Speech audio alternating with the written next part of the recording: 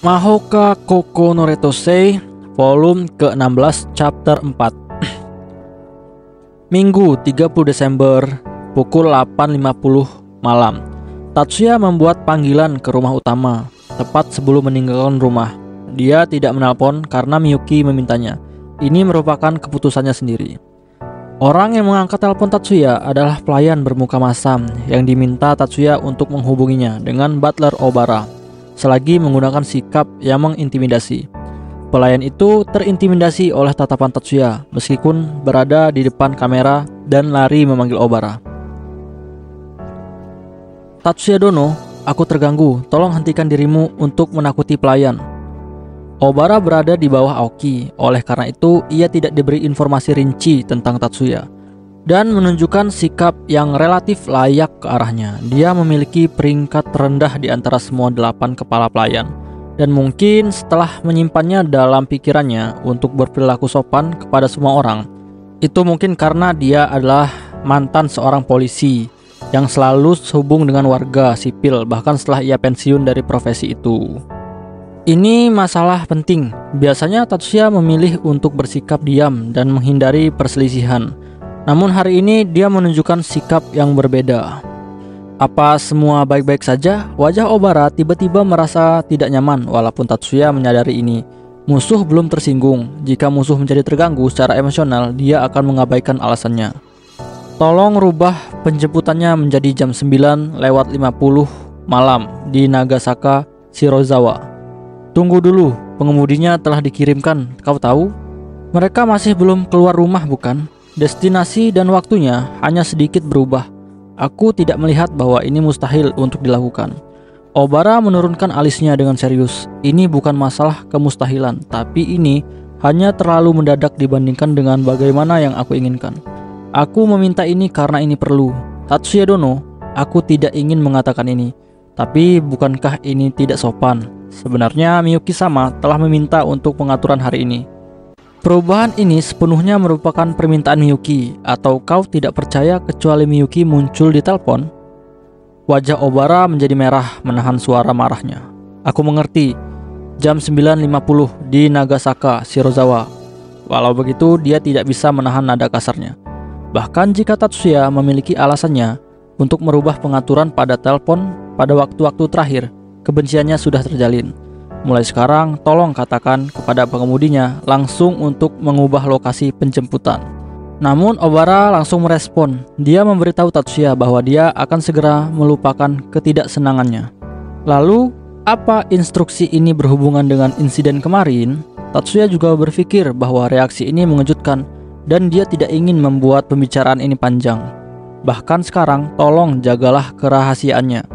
Pasti Tatsuya mematikan telepon kira-kira hampir sama dengan waktu Obara melakukannya juga. Tatsuya segera mengganti jadwal penjemputan setelah memikirkan tentang kemungkinan kebocoran informasi di dalam internal Yosuba.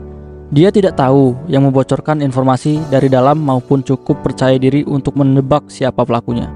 Ada 7 keluarga cabang dari Yotsuba saat tidak menghitung Shiba, dan tepatnya lebih dari 1 keluarga cabang. Shiba, Masiba, Shibata, Shizuka telah mencoba untuk menunda nominasi kepala keluarga selanjutnya demi memisahkan Tatsuya dari Miyuki. Mereka mencoba untuk menghalangi Miyuki menghadiri pertemuan tahun baru untuk alasan itu. Tatsuya tidak bisa menerima hal itu. Pastinya pertemuan tahun baru merupakan acara di mana semua keluarga cabang berkumpul di satu tempat. Tapi kehadiran tidak pernah wajib. Faktanya Miyuki absen setiap tahun. Ayah mereka, Tatsuro, bahkan tidak diperbolehkan memasuki rumah utama. Bahkan tidak ada peraturan yang mengatakan bahwa semua kepala keluarga cabang harus menghadiri pertemuan untuk menunjuk kepala keluarga selanjutnya. Sejak awal, keluarga Yosuba bukanlah keluarga dengan tradisi yang panjang. Keluarga ini dibentuk oleh kakek dari Maya sebagai kepala pertama, dan Maya merupakan kepala keluarga ketiga. Bahkan Maya sendiri ditunjuk oleh kepala keluarga sebelumnya, Yosuba Eisaku, paman dari Maya. Pada detik-detik terakhirnya, sampai pada titik ini, belum ada keputusan tentang Mia atau Maya yang akan menjadi kepala keluarga selanjutnya. Maya ditunjuk sebagai kepala keluarga sesuai dengan keinginan Eisaku. Demikian ini bukan hasil dari diskusi keluarga. Dengan kata lain, Walaupun mereka mencoba untuk menghalangi Miyuki untuk menghadiri pertemuan tahun baru, masih ada kemungkinan tinggi bahwa mereka tidak akan menunda penunjukan Miyuki sebagai kepala keluarga selanjutnya. Tatsuya memiliki kesan bahwa keluarga cabang telah tertipu oleh ini. Namun tidak peduli seberapa menggelikan itu, jika dia diminta untuk hadir di pertemuan tahun baru, dia tidak dapat datang tepat waktu. Tidak justru karena itu menggelikan bahwa Tatsuya menjadi keras kepala dalam berpikir bahwa ia tidak akan membuatnya tepat waktu. Rencananya untuk mengubah waktu bertemu dan lokasi tampaknya mulainya berhasil. Setidaknya tidak seperti kemarin, dia tidak mendapatkan mobil yang membuntuti mereka segera setelah mereka meninggalkan stasiun. Namun Tatsuya tidak pernah berpikir bahwa ini akan berjalan dengan lancar sampai akhir. Jadi mereka menemukan kita. Tatsuya mengatakan itu selagi menatap, dan ini segera setelah mereka memasuki jalan di mana tidak ada rumah atau pabrik di sekitar. Penguntit, Tatsuya sedikit menganggukkan kepalanya untuk menjawab Miyuki. Ya, tapi tidak di mobil. Sebuah informasi tubuh pesion, walaupun ini bukan roh, sebetulnya ini adalah familiar. Wajah Miyuki penuh ketegangan. Minami yang duduk di depan merapatkan bibirnya dengan tatapan kaku. Penyihir dari benua. Pertanyaan Miyuki benar-benar tak terduga oleh Tatsuya. Tidak, familiar ini berbeda dari Kaseitai. Bahkan tidak ada warna atau wujud. Karena itu, ini merupakan informasi tubuh pesion murni. Miyuki memerah mendengar jawaban Tatsuya. Maafkan aku, saat kau mengatakan familiar, aku pikir itu parasit. Kau tidak perlu minta maaf, lagi pula kita sudah sering berhubungan dengan familiar tipe parasit pada tahun ini. Tatsuya tersenyum menenangkan Miyuki, tapi ini segera berubah menjadi ekspresi kaku. Butuh waktu yang banyak untuk menemukan posisi kita. Musuh belum terlalu menyiapkannya, tapi berjaga-jaga mereka datang. Ya, Onisama. Mengerti, Tatsuya-sama. Miyuki yang berada di sampingnya dan Minami yang melihat ke belakang mengangguk kepada Tatsuya. Pengemudi itu sepertinya tidak ingin berbicara dengan mereka bertiga dan memfokuskan dirinya untuk menyetir mobil. Namun, bahunya kaku tidak biasa, wajahnya lurus ke depan, hanya matanya yang melihat-lihat. Tapi dia masih belum menunjukkan ekspresi ketakutan. Tapi ini sudah seharusnya dimiliki oleh pengemudi Yosuba. Seperti tebakan Tatsuya, tidak butuh waktu lama untuk musuh muncul. Helikopter. Suara helikopter terdengar dari atas. Apa kita harus menembaknya? Miyuki yang sudah dalam kondisi siap perang membuat pengajuan berbahaya. Tidak baik untuk menyerangnya dari sini. Ini masih berada dalam area sensor psion. Tatsuya menghentikan Miyuki sebelum dia bertindak lebih jauh. Dia lalu melanjutkan berbicara dengan pengemudi. Tolong perhatikan di depan. Pasti akan segera ada kendaraan besar yang akan menghalangi jalan. Helikopter itu makin lama semakin mendekat dengan mereka dari atas sedikit demi sedikit. Mereka dapat mengejar secepatnya, tapi memilih untuk tidak melakukannya. Dan Tatsuya berpikir bahwa mereka berencana untuk menekannya. Ini seperti mengejar mangsa dengan tumitnya. Jika begitu, pasti akan ada sergapan dari depan. Ini teori sederhana. Ini tidak diprediksi akan terjadi. Sebelum lampu hijau di persimpangan, Tatsuya menaikkan suaranya. Pengemudi itu langsung menginjak rem secara refleks. Dia mengabaikan tanda dari trailer yang akan keluar dari samping jalan dan berhenti di persimpangan. Minami, buat pelindung sesuai aba-abaku. Baik, Onisama, bagaimana denganku? Miyuki, kau membantunya dalam keadaan darurat. Pada waktu yang sama, Tatsuya segera keluar dari mobil. Seluruh kelompok orang bersenjata dengan senapan otomatis turun. Ada 32 orang. Seluruh peleton bersenjatakan senapan otomatis, bukan senapan berkekuatan tinggi untuk melawan penyihir. Tatsuya menghadapi penyerangan sementara, mengkonfirmasikan peralatan musuh dan kekuatan mereka. 16 dari mereka adalah penyihir. Mereka tidak bersembunyi. Ada 2 helikopter, aku rasa mereka berdua bertugas untuk mengawasi situasi ini. Jumlah mereka lebih banyak daripada kemarin, dan ada pemimpin dalam kelompok ini. Namun mereka masih belum cukup. Setengah dari musuh memegang senjata untuk menahan tanah mereka. Senjata api yang berlebih untuk setiap individu. Musuh tampaknya tahu tentang Tatsuya sampai batas tertentu. Sebaliknya, apa ada batasan dalam pergerakan pasukan ini? Sebuah pelindung terbentuk di depan Tatsuya. Senapan otomatis itu disetel otomatis penuh. Pelindung itu dibuat oleh Minami, digunakan untuk menghalangi peluru kecepatan tinggi. Ini merupakan hasil yang diduga. Selagi sihir Minami digunakan untuk melindungi dari senapan kecepatan tinggi, sementara itu Tatsuya tidak dengan mudah menganalisa kekuatan musuh. Setengah dari musuh maju. Tatsuya menargetkan 16 orang dengan sihir dekomposisi pada waktu yang sama. Sihir dekomposisi milik Tatsuya dengan mudah menghancurkan pelindung itu. Tatsuya menembakkan sihir berulang kali. 16 orang semua tertembak di bahu dan paha, benar-benar kehilangan kekuatan tempurnya. Mereka sedang mengalami kesakitan yang luar biasa dan kehilangan kesadarannya satu persatu. Kau monster, kutukan yang familiar kepada telinga Tatsuya dari orang-orang. Tatsuya bahkan tidak menunjukkan senyum kecut. Pasukan itu memiliki kemahiran tempur yang biasa Tatsuya tidak dapat menduga lagi selain pasukan khusus. Namun, kekurangan kemampuan mereka melawan Tatsuya membiarkannya menyentuh Miyuki merupakan tugas yang mustahil. Pasukan mereka masih 16 orang tersisa. Pertama, aku harus mematikan lengannya. Tatsuya mulai berlari cepat. Dia sudah berubah menjadi pemburu. Tatsuya mengalahkan helikopter penyihir tersembunyi telah kehilangan kesadarannya. Dia tidak memperhatikan efek sampingnya dan melanjutkan untuk menangkap orang yang terlihat seperti komandan kelompok. Tidak seperti kemarin, ia tampaknya tidak memiliki rencana melarikan diri. Meskipun Tatsuya lebih suka jika ia lari saja, karena dia tidak berguna bagi Tatsuya dan dia tidak dalam kondisi untuk menghibur polisi. Dia tahu dari awal bahwa sebuah interogasi akan sia-sia. Itu jelas bagi Tatsuya bahwa orang tidak diberitahu rincian sambil menyediakan trailer kamuflase untuk transportasi, dan ia menegaskan hal ini ketika ia melihat senapan otomatis yang normal, bukan senapan bertenaga tinggi untuk menyerangi penyihir. Bagaimanapun, Tatsuya meninggalkan lokasi keadaan setelah ia menangani serangan dalam waktu singkat. Namun, itu tidak berarti bahwa kelompok Tatsuya meninggalkan tanpa kerusakan apapun. Mobil mereka hancur. Aku benar-benar minta maaf, jangan terlalu mengkhawatirkannya Minami, ini bukan kesalahanmu. Aku juga tidak menduga hal ini. Itu benar, Minami-chan telah memenuhi perannya dengan baik. Seperti yang dikatakan Onisama, kau tidak perlu memikirkan hal ini. Tatsuya dan Miyuki merendahkan untuk menghibur Minami, tapi itu tidak mengubah situasi mereka bahwa mereka terjebak pada kerugian. Mobil itu tidak dapat berjalan karena celah dari pelindung sihir Minami menggunakan senjata yang tidak dipikirkannya. Miyuki, bagaimana terminalmu? Tidak apa-apa. Minami, punyaku juga tidak ada masalah. Walau begitu, mengapa mobil yang menjemput kita dari rumah utama tidak memiliki ketahanan terhadap gelombang elektromagnetik? Pengemudi itu merintih saat diomeli Miyuki.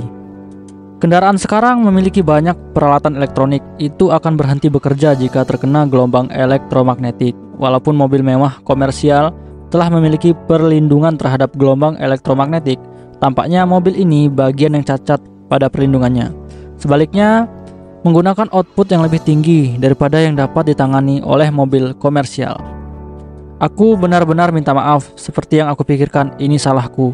Walaupun dia tidak benar-benar dimarahi, Minami merasa sedikit kasihan terhadap pengemudi itu setelah Miyuki menjadi murung karenanya. Dia meminta maaf lagi. Tidak bisa dikatakan bahwa Minami benar-benar tidak bersalah. Sihir yang digunakan Minami adalah mass filter. Ini merupakan sihir yang menghalangi transmisi material di atas rentang yang diizinkan di area yang dibatasi. Dia menggunakan sihir untuk kedap dari sesuatu yang lebih dari 3 molekul CO2. Sihir ini tidak seperti vektor inversion dan sihir kinetik, merupakan perlindungan sempurna yang efektif untuk melindungi dari gas beracun yang berdifusi dan menembus tanpa arah. Namun, mass filter tidak dapat bertahan melalui gelombang elektromagnetik. Itu juga tidak bisa tahan jika terkena panas dan ledakan.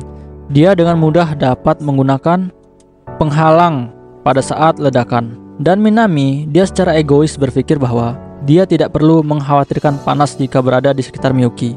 Namun ia benar-benar mengabaikan gelombang elektromagnetik. Minami benar-benar berpikir bahwa itu kesalahannya. Contohnya, jika musuh menggunakan sihir petir, pertahanannya pasti tidak akan dapat menahannya.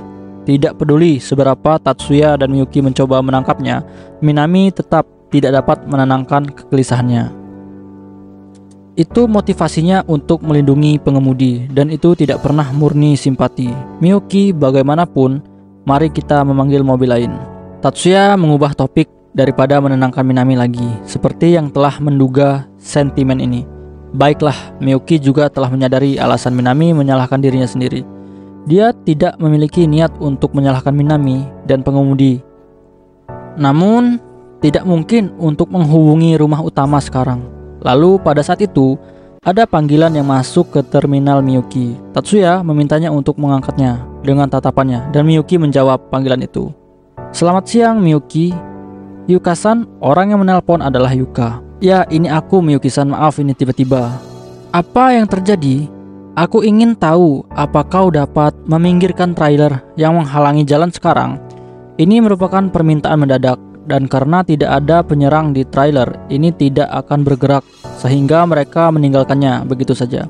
Miyuki mengakhiri panggilan dan meminta pengemudi untuk memindahkan trailer dari persimpangan. Miyuki benar-benar tidak berpikir bahwa hal ini akan terjadi, tapi Yuka tidak terduga berada di balik trailer ini. Pengemudi ini kembali dengan cepat dan trailer diparkirkan di samping mobil yang tidak dapat bergerak. "Masuklah." Ini merupakan permintaan mendadak tanpa penjelasan terlebih dahulu, yang bahkan Tatsuya kehilangan kata-kata untuk meresponnya. Namun Yuka menaikkan suaranya selagi berbicara dengan frustasi. "Cepatlah masuk. Aku sudah tidak bisa menahan polisi lagi. Miyuki, Minami, ayo masuk." Diperintahkan oleh perkataan Tatsuya, Miyuki dan Minami masuk saat di waktu yang sama dengan memasukkan bawaan mereka ke mobil Yuka. Menit-menit awal mereka dipenuhi keheningan. Yuka berkonsentrasi menyetir. Tatsuya dapat mendengar suara unit komunikasi di kursi depan sesekali. Ini sepertinya dihadang secara nirkabel. Saat Miyuki melihat keluar jendela, Minami melihat kegelisahan di wajah Miyuki. Tidak lama, bangunan tinggi mulai terlihat. "Yuka-san," Miyuki berbicara kepada Yuka. "Ada apa, Miyuki?" "Aku rasa rumah utama di arah sebaliknya." Miyuki tidak menyembunyikan ketidakpercayaan di suaranya. "Kita menghindari polisi." Yuka sedikit menyengir sambil menjawabnya. "Miyuki, Yuka-san mengatakan yang sebenarnya." Tatsuya mengambil perhatian dari unit komunikasi, bermaksud untuk menenangkan Miyuki. "Polisi memperluas tempat pemeriksaan di jalan ke rumah utama. Mereka tidak melakukannya di jalan ini untuk beberapa alasan." Tatsuya menyadari bahwa dia mendengarnya dari radio polisi. Ini bukanlah sesuatu yang dapat dilakukan oleh orang biasa. Dan walau begitu, bagian luar dari terminal ini tersedia secara komersil.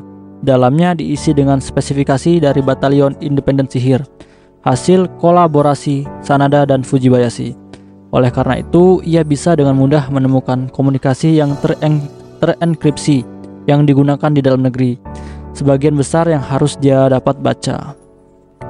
Jika Onisama mengatakan seperti itu, "Yuka-san, maaf telah meragukan niat baikmu. Tidak apa-apa, aku tahu kau memiliki alasan untuk mencurigaiku.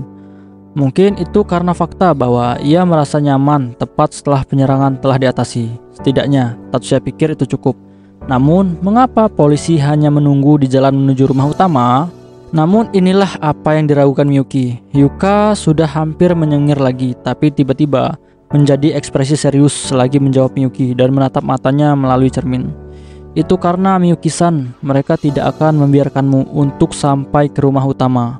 Tempat yang dituju oleh Yuka adalah villa keluarga Tsukuba di Gunung Amigasa di pegunungan Yatsugatake. Yuka mempersilahkan mereka ke ruang keluarga dan duduk di kursi malas. Rumah itu memiliki 6 kursi malas dengan tempat kaki di sofa. Dia menyarankan Miyuki dan yang lainnya untuk tinggal sementara di rumah ini. "Hari ini kita akan beristirahat di sini." Miyuki bertanya kepada Tatsuya dengan matanya, tapi Tatsuya menjawab dengan cepat kepada tawaran Yuka. "Besok bagaimana kalau kita pergi bersama ke rumah utama? Ini bukan seperti kita dapat membaca pergerakan dari mobil jemputan sekarang." Tatsuya mengangguk kepada Miyuki. Dia bertanya kepada Yuka daripada Miyuki, karena mereka berdua merupakan kandidat dari kepala keluarga selanjutnya. Dan Tatsuya menjawab Miyuki dan menyampaikan maksud Miyuki. "Kami menerima penawaranmu dengan terima kasih. Maka ini sudah ditentukan." "Tunggu sebentar." Miyuki menunjukkan pengekangan melihat Yuka tersenyum. Dia menunjukkan wajah menyesal kepada mereka bertiga dengan ketidaktentuan. "Maaf semuanya, di rumahku menggunakan teh hitam, jadi mereka tidak akan menyiapkan kopi atau teh hijau." "Tidak, jangan dipikirkan." Miyuki mengangkat cangkir itu dengan senyuman. "Ah, ini sedikit jauh dari meja. Aku akan mengambil meja kecil sekarang." Di sisi kanan mereka berempat, sebuah meja kecil muncul dari samping setiap kursi. Minami dengan cepat menempatkan cangkir teh dan tempat susu dan menaruh di meja di samping Miyuki, tanpa disadari Miyuki bahwa dia telah hilang di sampingnya. Miyuki mengangguk dan mengatakan terima kasih kepada Minami selagi mengambil cangkir itu ke tangannya. Menurunkan sedikit kepalanya, Miyuki menuangkan sedikit susu ke dalam cangkirnya. Dia mengaduk tehnya sedikit selagi tersenyum dan dengan sedikit tawa kepada Minami. Minami mengembalikan tempat susu kembali ke meja sebelum kembali duduk. Saat dibandingkan dengan pelayan rumah yang menaruh cangkir dengan kasar, mereka kontras dengan pelayan ini yang secara alami memiliki kesadaran yang halus untuk tuannya. Imut sekali. Apa kau pamer? Yuka mengembalikan dengan senyuman yang tidak cocok dengan Minami. Tidak, aku tidak memiliki niat seperti itu. Minami menjawab Yuka tanpa perasaan apapun dan menyembunyikan wajahnya dengan membungkuk kepada Yuka. Miyuki-san, apa ada sesuatu yang ingin kau katakan? Yuka membenarkan sikap duduknya, diikuti Miyuki yang menghadapnya. Aku ingin bertanya tentang beberapa hal. Kau tidak bermaksud agar aku untuk mengatakan perasaanku yang sebenarnya, bukan? Atmosfer menyenangkan hilang dari Yuka, digantikan dengan cahaya terang. Aku tidak akan bertanya hal yang tidak berarti seperti itu. Melawan tatapan panas dingin dari Miyuki, cahaya Yuka tertangkap dalam kedinginan. Tatapan Miyuki terlihat untuk menunjukkan ilusi dari menjedot roh orang lain yang membuat Yuka mengalihkan dirinya sendiri. Walaupun tidak terlalu lama, dia kembali merubah tatapannya. Ini tidak akan benar-benar tidak berguna. Aku dapat mengatakan perasaanku yang sesungguhnya dalam jarak tertentu. Aku mengerti, lalu aku akan memuaskan diri dalam kata-kata halusmu. Pertama, tentang tatapan sebelumnya. Dan bagaimana kau dengan mudah menemukan kami? Ya, tentu saja itu akan membebani pikiranmu. Yuka komplain dengan senyuman tak berekspresi. Setidaknya, bisakah kau percaya bahwa aku tidak mengambil bagian dalam konspirasi ini? Aku bisa jika kau memberitahu alasannya. Sebenarnya aku secara rahasia sudah mengawasi mobil yang akan dinaiki Miyuki-san dan yang lainnya.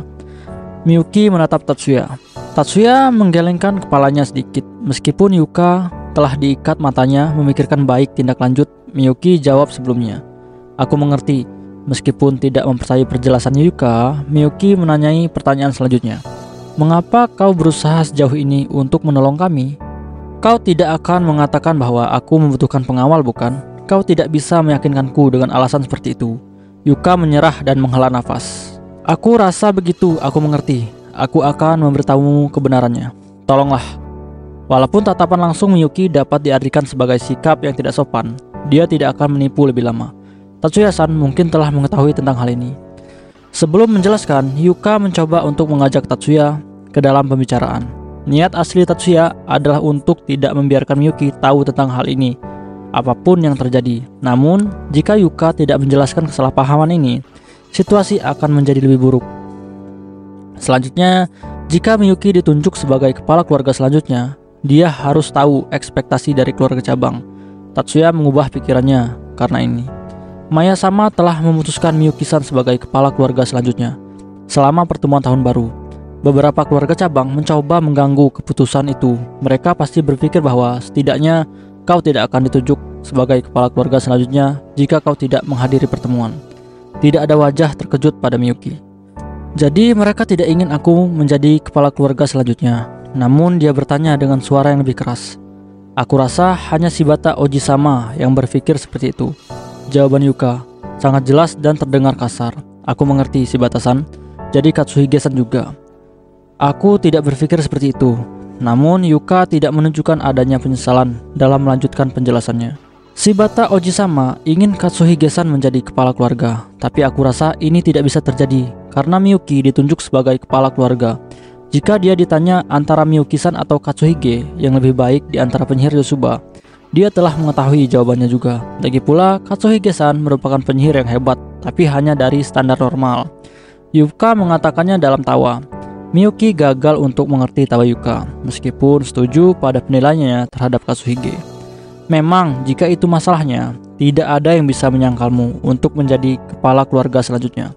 Yuka-san, bagaimana denganmu, dirimu sendiri? Aku. Yuka sedang membicarakan tentang nominasi kepala keluarga selanjutnya. Seperti jika itu merupakan masalah orang lain dan mengkhawatirkan Miyuki. Yuka merupakan salah satu dari 4 orang yang memenuhi persyaratan untuk menjadi kandidat. Aku juga berpikir bahwa Miyuki-san merupakan pilihan yang cocok. Yuka dengan cepat menjawab begitu, itu terlalu cepat hingga kesungguhannya tidak dapat terdengar.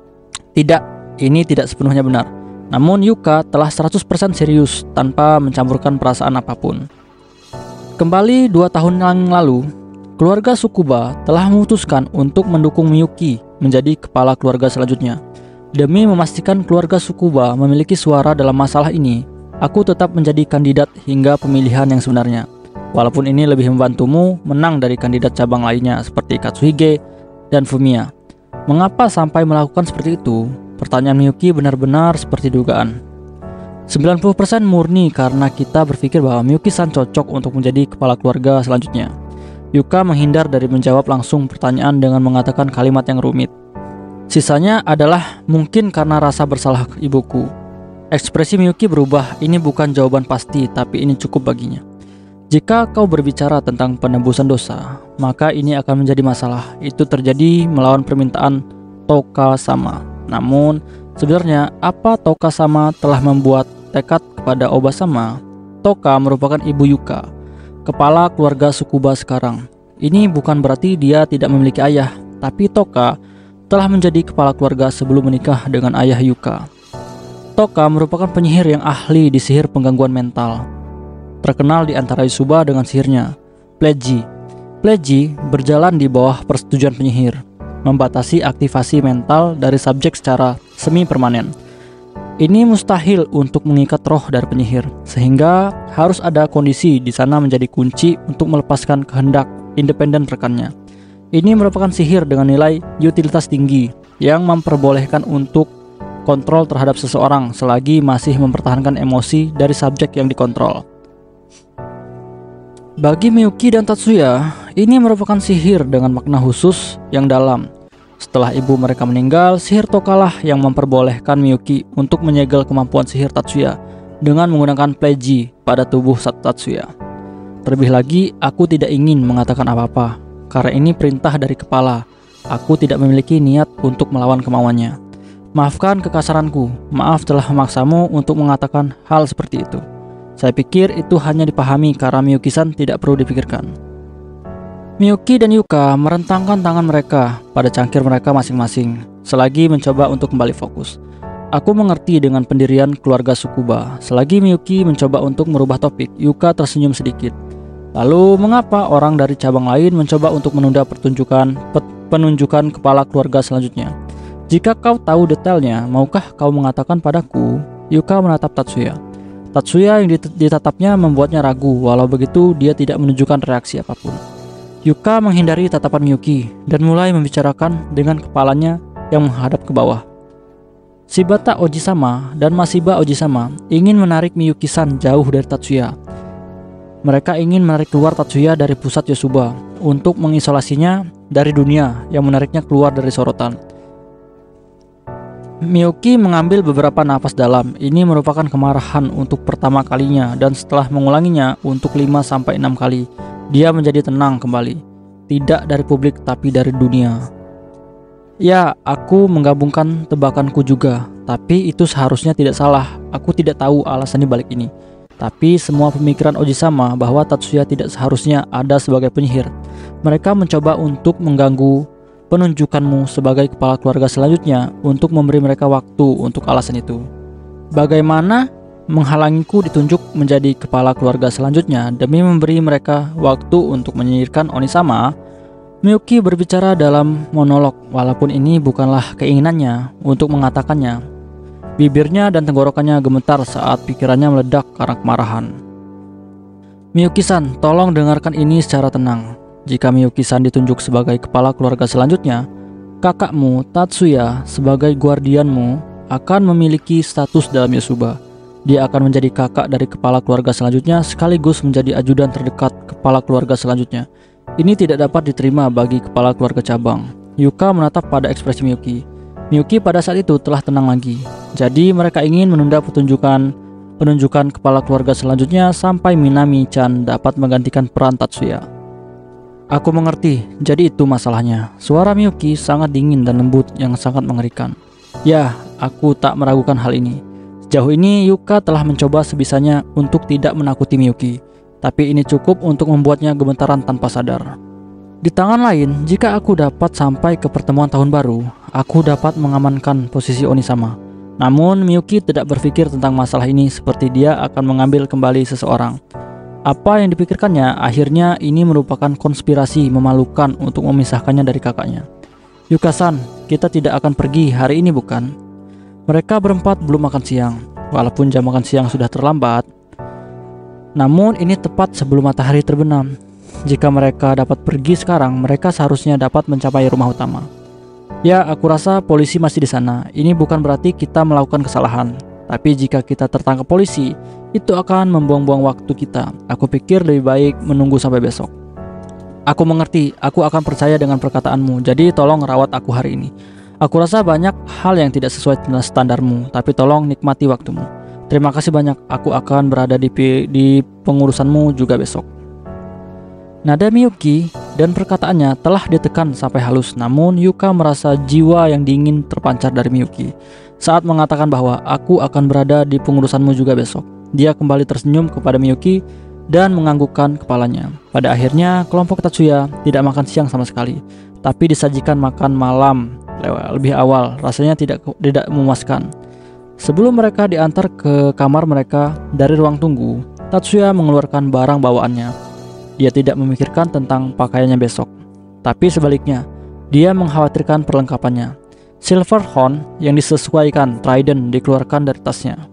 Dia sedang memikirkan untuk menggunakan Trident yang biasa digunakannya atau Silver Taurus yang tak dikenal. Jika ini pertarungan sihir, dia lebih akan menggunakan tipe pistol Trident. Jika dia mengasumsikan pertarungan fisik, dia dapat mengurangi penggunaan sihir dan menggunakan tipe gelang Silver Taurus. Dia berpikir sebentar, tapi pada akhirnya dia tidak mengeluarkan Trident dari tasnya. Seseorang mengetuk pintu saat dia akan menutup tasnya. Saat Tatsuya bertanya siapa, jawabannya adalah ini Miyuki. Dia membiarkan tasnya terbuka dan pergi untuk membuka pintu. Ada apa? Dia membuka pintu dan bertanya pada Miyuki.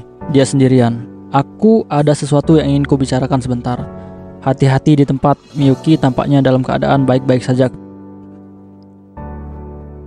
Aku mengerti, masuklah. Tatsuya mengundang Miyuki masuk ke ruangannya. Miyuki pertama pergi ke depan tas Tatsuya yang terbuka dan mulai untuk melipat baju Tatsuya yang sedikit tidak rapi. Tatsuya baru saja akan mengambil pakaian dalamnya dan segera mungkin mandi, sehingga tidak ada gunanya untuk merapikan isi tasnya sekarang. Namun, Tatsuya tidak menahan Miyuki dan mengatakan maafkan aku. Tidak, aku melakukan ini karena aku menyukainya. Miyuki terdengar sedikit bahagia selagi tangannya melipat. Dia menyelesaikan pekerjaannya dan menutup resleting tas Tatsuya. Kau dapat duduk di ranjang. Dia mempersilahkan Miyuki duduk di ranjangnya, sementara dia duduk di kursi meja tulis. Miyuki tidak menunjukkan keraguan sedikit pun, tapi dia tidak sungguh-sungguh duduk di ranjang. Baiklah, lalu apa yang ingin kau katakan? Saat Tatsuya segera memulai pembicaraan, Miyuki mengembungkan pipinya dalam ketidaksenangan. Tidak, itu tidak seolah-olah dia benar-benar melakukan itu, tapi dia seperti mengeluarkan aura yang sama. Apa aku tidak boleh datang kecuali aku punya urusan? Tidak seperti itu. Bagi Miyuki, Tatsuya segera mengibarkan bendera putih. Tatsuya tidak takut bahwa kepada pemerintah, tapi berbeda cerita jika kepada adiknya. Setelah ditegur kakaknya, Miyuki segera membetulkan suasana hatinya. Terlebih lagi, ada sesuatu yang ingin kutanyakan padamu. Lalu biarkan aku mendengarnya dari awal, pikir Tatsuya. Tapi tentu saja dia tidak mengatakan itu. Apa yang ingin kau tanyakan? Sebaliknya dia menanyakannya belak-belakan. Miyuki berhenti dengan basa-basinya. Onisama, apa kau tahu tentang apa yang dilakukan oleh keluarga cabang? Pikiran kecurangan yang keluar dari situasi ini menghilang saat Miyuki berkedip di hadapannya. Aku tahu tentang itu. Selagi Miyuki masih berpikir tentang pertanyaan selanjutnya, Tatsuya melanjutkan untuk menjawab. Pada hari pertama liburan musim dingin, Kuroba-san mengunjungi FLT. Aku diberitahu tentang itu waktu itu. Detail dari yang dikatakan hampir sama dengan yang dikatakan Yuka-san tadi. Yuka-san mengatakan bahwa dia mencampurkannya dengan tebakannya. Tapi aku penasaran jika dia sudah tahu tentang fakta ini. Kuroba tidak terlibat dalam sabotase ini. Dia mengatakan bahwa dia netral pada saat ini. Aku rasa kita dapat mempercayainya. Tentu saja Fumiya dan Ayako tidak akan menjadi musuh kita. Aku mengerti. Miyuki bernafas lega, tapi segera memandang Tatsuya yang memiliki tatapan keras di wajahnya. Onisama, mengapa kau tidak mengatakannya kepadaku tentang ini? Ini bukan seperti jika Miyuki tidak tahu perasaan menyalahkan diri sendiri, tetapi Tatsuya memiliki alasannya sendiri. Dia tidak dapat mengalihkan pandangannya dari adiknya. Aku lebih baik jika langsung mundur selama kau dapat menghadiri pertemuan tahun baru. Fakta bahwa seorang menarik benang di balik kita merupakan hal tidak penting. Aku tidak ingin membebanimu dengan kegelisahan yang tidak penting. Tatsuya telah menilai bahwa insiden kali ini adalah komposisi sederhana. Apakah itu tempat persembunyian mereka dan tipuan waktu? Tidak perlu untuk mengendus mereka keluar. Mereka hanya perlu untuk menyingkirkan para penyerang. Dia berpikir bahwa itu akan menempatkan dia di posisi yang kurang menguntungkan untuk khawatir atas hal ini. Itu wajar untuk aku mengkhawatirkan Onisama. Namun, pemikiran itu tidak dapat diterimalah bagi Miyuki. Pastinya, mungkin memang tidak berguna bagiku jika aku terlalu mengkhawatirkan hal ini.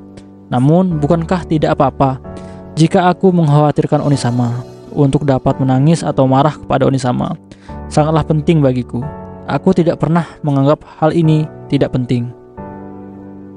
Miyuki memindahkan wajahnya ke samping dan cemberut, sementara adiknya tetap di posisi itu. Tatsuya berpikir bahwa ia harus menenangkan suasana hatinya dengan satu atau lain cara. Tatsuya berdiri dan pindah ke depan Miyuki. Miyuki, Tatsuya mencoba menaruh tangannya di bahu adiknya, tapi dia melewatkannya. Ini bukan karena Miyuki menggoyangkan tangannya. Miyuki berdiri dan tiba-tiba memeluknya. Onisama, apa kau ingat? Tentang apa? Selagi bertanya begitu, Tatsuya mengingat kejadian dalam ingatannya yang akan berhubungan. Kejadian dalam kompetisi 9 sekolah tahun lalu, hari keempat dan malam pertama dari pertandingan pendatang baru. Tatsuya menolak tawaran untuk mendaftarkan aktif Airman dalam indeks dengan namanya sebagai pencipta. Miyuki datang mengunjungi Tatsuya, lalu perasaanku tidak berubah sama sekali sejak saat itu, dan tidak akan pernah berubah mulai sekarang. Miyuki melanjutkan perkataannya, seperti jika dia tahu bahwa Tatsuya mengingatnya. Karena aku pendampingmu, sebuah kejadian muncul dalam pikiran Tatsuya, dan dia melihatnya dengan matanya. Karena aku akan selalu menjadi pendampingmu, Onisama. Tatsuya membuka penyimpanan ingatannya. Waktu pasti akan datang. Aku yakin kau dapat melakukannya. Aku pasti berharap begitu. Miyuki mengangkat wajahnya, berbeda dengan ekspektasi Tatsuya. Wajah Miyuki dipenuhi senyuman. Dan waktu itu akan segera datang. Ini mungkin sedikit berbeda daripada waktu bahwa yang kita pikirkan. Tapi akhirnya waktunya akan datang di mana Onisama akhirnya dapat terbang bebas. Namun di tengah senyuman itu, dia dapat melihat sebuah bayangan, dan itu sangat membebani pikiran Tatsuya. Kepala keluarga Yosuba sekarang adalah Yosuba Maya. Tanpa sadar tersenyum setelah menerima laporan dari butler Hayama tentang Miyuki yang diserang 2 hari berturut-turut karena kebocoran informasi dan sekarang harus menginap di villa keluarga Sukaba. Apa yang harus kukatakan ini tidak berguna. Maya tidak menertawakan mereka, tapi sebaliknya dia mengatakannya dengan lembut dan mempesona. Sepertinya anggota keluarga cabang telah meremehkan kekuatan Tatsuya. Butler Hayama menjawab dengan komentar kasar dalam nada sopan. Pelindung desa ini tidak dapat bertahan melawan dekomposisi milik Tatsuya, sehingga dia dapat datang dari langit jika dia ingin untuk datang tepat waktu. Jika itu memang terjadi, semuanya akan terkejut sampai pelindung yang telah terdekomposisi terbentuk lagi dengan sempurna. Penyihir dengan kemampuan penghambatan pengenalan akan bekerja keras pada siang dan malam. Membangun ulang perlindungan itu bukanlah hal yang mudah. Maya menghela napas sangat dalam. Aku ingin tahu apakah semuanya dari kepala keluarga cabang mengerti tanggung jawab seperti apa yang akan mereka terima jika mereka mencoba untuk menghalangi perintahku. Maya membuat ekspresi merepotkan sekali, memirikan cangkir tehnya. Bagaimanapun mengenai Aoki-san dan yang lain, apa kau yakin telah memberikan informasi yang benar kepada kepala keluarga cabang? Ya, tak mungkin salah. Butler Hayama menjawab setelah dipandang oleh Maya, dan dia menuangkan teh herbal non-kafein ke cangkir Maya dengan sikap hormat. Ngomong-ngomong, dalam keluarga Yosuba, semua butler dipanggil setara sebagai butler. Tidak peduli itu Obara atau Aoki atau Hanabishi atau bahkan Hayama. Mereka berdelapan, kenyataannya mereka berada di posisi untuk mengawasi pelayan di setiap sektor. Namun hanya Hayama yang bertugas untuk masalah internal dari 8 butler. Walau sekarang selama waktu teh malam, ini alasan utama mengapa dia dapat berbicara begitu terbuka. Bahkan Maya tidak akan berbicara seperti itu di depan orang lain selain Hayama. Sebaliknya, kepala keluarga cabang, tidak, Yotsuba sendiri berada di bawah belas kasihan dari kepala keluarga yang membenci keluarga. Karena itu merupakan sifat sejatinya. Namun aku tidak akan mengatakan semua usaha mereka sia-sia. Hayama menyaksikan semuanya tanpa merubah sikapnya. Bahkan sekarang, dia dengan hormat menawarkan solusi berdasarkan pendapatnya sendiri. Dengan demikian, ia membiarkan majikannya mengeluhkan isi hatinya tanpa tertangkap sebaliknya. Menurut laporan Hanabishi, kedua sisa-sisa kelompok garis keras koalisi Great Asian Union dan faksi tenang Great Asian Union, kami secara signifikan melemahkan pasukan mereka dari berperang melawan 10 Master Clan, terutama untuk pusat psikis buatan yang diambil runtuh di Matsumoto. Di masa mendatang, mari kita jaga danau taman keluarga Isuba dari kegiatan seperti penyusupan. Aku tidak pernah memikirkan tentang psikis buatan dari awal. Maya tertawa dengan kaku, dengan hidungnya. Tapi suaranya nyata, tidak seperti jenis racun manis seperti apa yang digunakan sebelumnya. Bagaimanapun, ini berarti bersih-bersih akhir tahun sudah akan berakhir kan? Hayama mengangguk dengan senyum palsu di pertanyaannya. Ada beberapa perubahan dalam pengaturan, tapi hanya ada sedikit yang masih harus dilakukan oleh para staf, sehingga aku menyerahkannya pada Hanabishi. Ya, itu memang benar.